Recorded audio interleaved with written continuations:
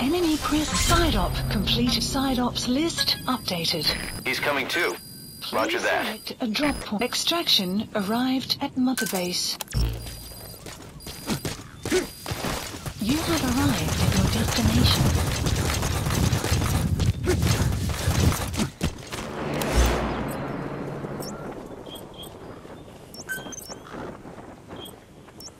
Marker placed.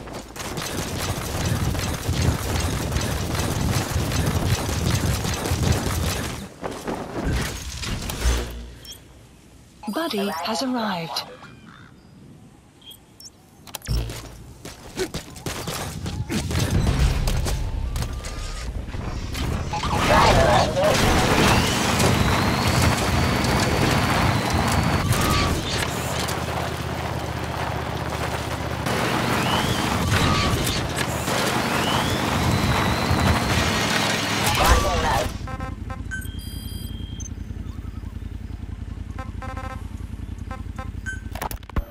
Skullface has finally burned out. The world is rid of his existence at last. Was he still alive? You could say that. But you could also say he'd been dead for decades. What's that supposed to mean? Biologically speaking, it's hard to say how much was his life. Side effects from the treatment? No. The primary effect. Keeping a dying host alive as long as possible. That is the whole point. But in the end, he grew too dependent on his children. As if he had any other way to keep on living. He first underwent parasite therapy before the Soviet Union became his home. His body was horribly burned. Fire washed across his thin, young frame and stole his skin and his throat, even his lungs. Only through repeated therapies could the parasites keep him alive. Most of his life became something the parasites gave to him. And then he lost the ability to die. That is correct. The parasites live on past the host's death, still aiding cell composition. At that stage, there is no way to extract them from the host cells. There is no way of knowing when the last cell of Skullface's body would die. The only choice was to burn the whole thing. And his children, along with it. And I am one to talk. When my life is snuffed out, I expect you to treat my body the same way. And when I burn, I will truly be one with my children for the first time. You say there were 3 English vocal parasites. According to Skullface? Yeah. Skullface had 2 of the English strain with him. You burned both of them. There was an oil fire. I tossed him in. So that just leaves 1. You gotta extract him. You tell me Skullface said he used it. He said it was very close to me. Very close. One of your comrades. Or someone ordered to kill you. Or he could have been speaking metaphorically. Metaphorically. Close to your spirit. Close to your heart. Someone who either loves you or despises you. The second one makes a long list. Whichever it is, act with caution. Skullface implanted someone with the English language strain. Who it is irrelevant. Why? I tell you what Skullface really meant. Very close to you means you will be exposed. All the infected here have been given the Wolbachia. Even if the vocal cord parasites infect them now, they cannot reproduce. But if there's a different host among us, host to the English strain, if that were the case, we'd see the symptoms. What about the non-English speakers? We have plenty of those, but the staff use English as a common language. But if that someone has not spoken English yet, and begins to speak it now, there'd be another outbreak. The final mating pair of the English strain must be found immediately. Skullface is gone, but his threat still remains. On this base, do you see what the final mating pair is? With him dead.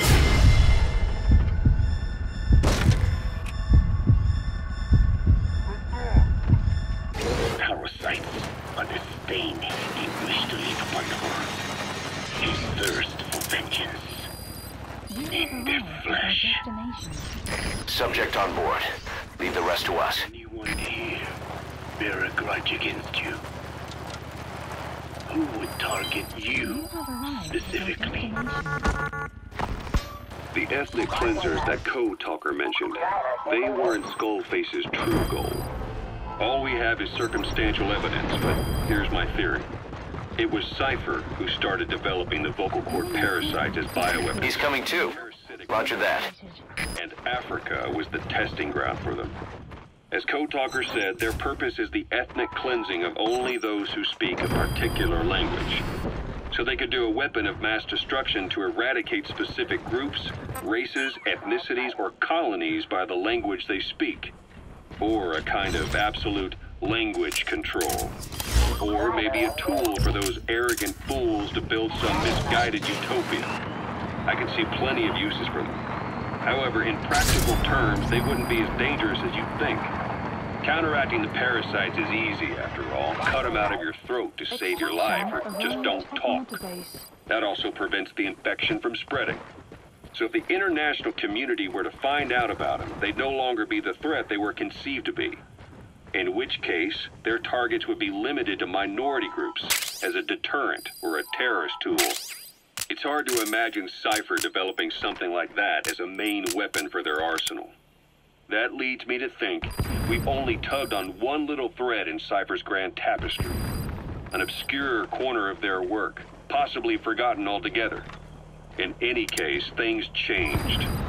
When Skullface was forced to relocate to Africa and he saw that thread dangling. All the time he continued that research, he was secretly following his own agenda. The ethnic liberator parasites, his English language strain.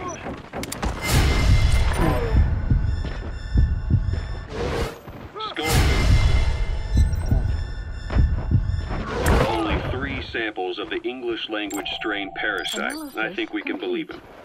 Bringing his ethnic liberator's plan to fruition depended on creating an English version of the vocal cord parasites at all costs. But an English strain would have been useless to Cypher. Worse, it could have destroyed everything they'd built. It was the one type they couldn't allow. That means Skullface was forced to develop his English strain out of sight of Cypher's network. Naturally, he could... Subject on board. Leave the rest to us. ...filled with guinea pigs. Skullface must have found some secret place to create his precious few English parasites, hiding all evidence like a man cheating on his wife. Somewhere, an entirely standalone environment. And when his plan entered its final phase, he must have made the place disappear.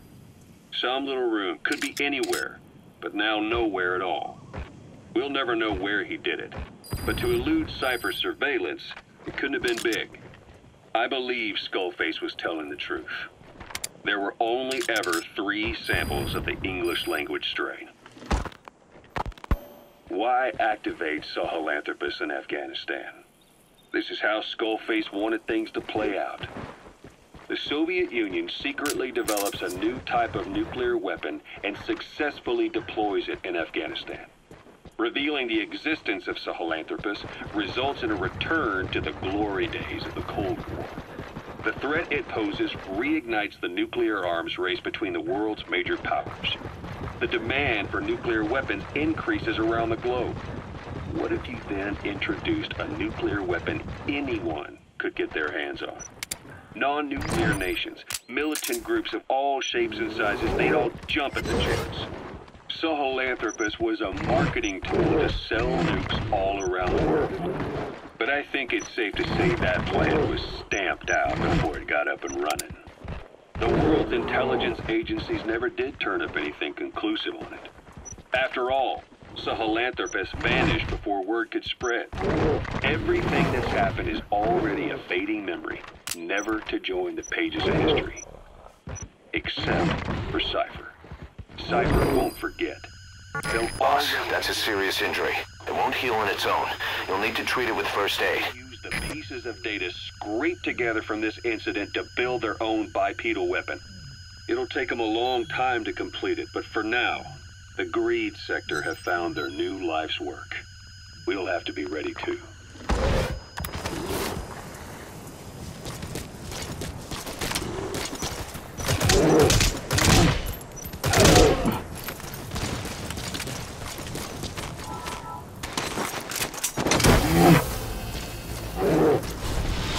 Caution. Sandstorm approaching.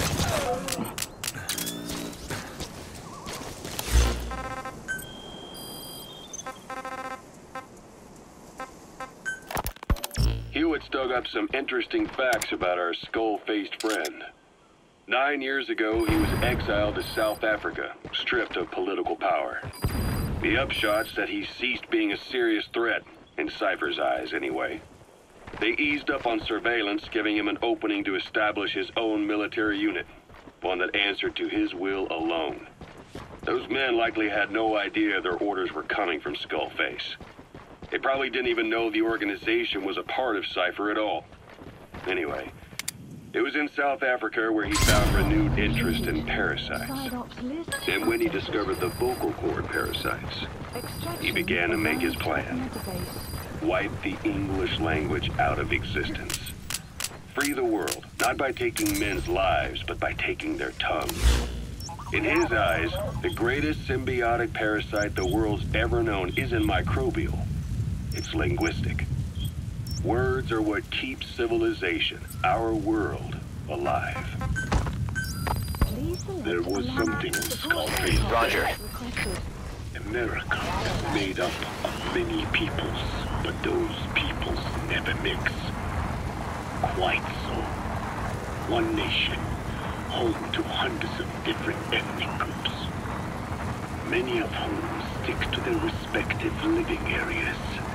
Little colonies, not interacting with other groups, going out of their way to avoid one another.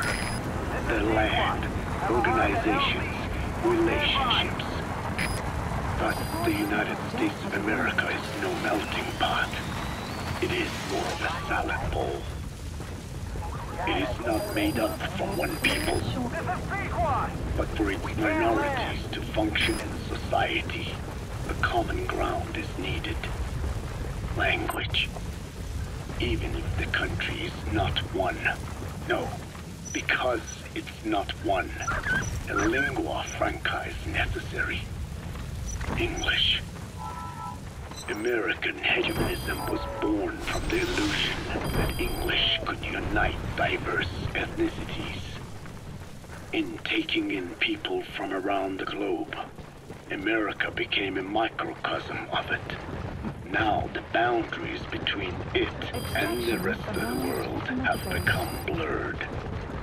However different our neighbors may be, English enables us to create symbiotic relationships with each other. If English can bring unacquainted neighbors together in America, this should hold true for the world. This salad bowl that is the world can also become one.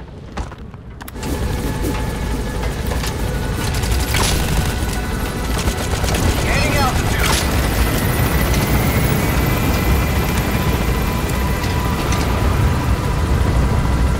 Buddy, departing the area of operations. Departing.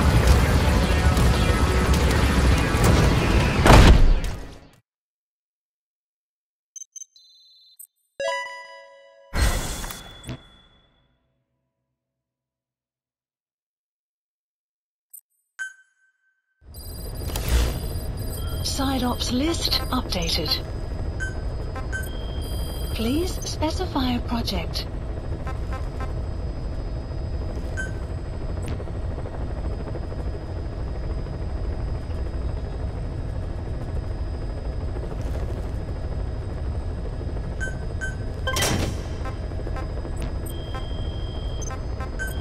Please specify a project.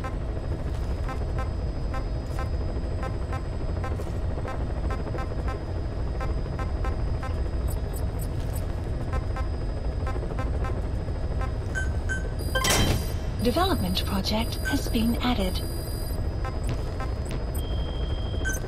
Please specify a project.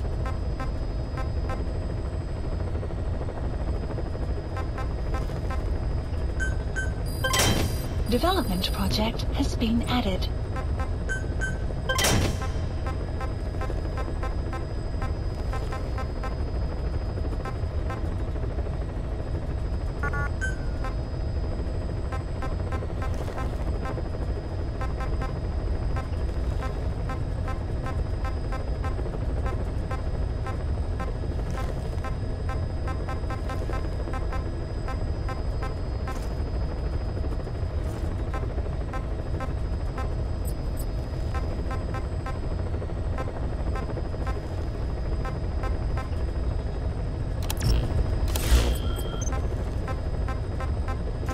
Please select a landing heading to Mother Base.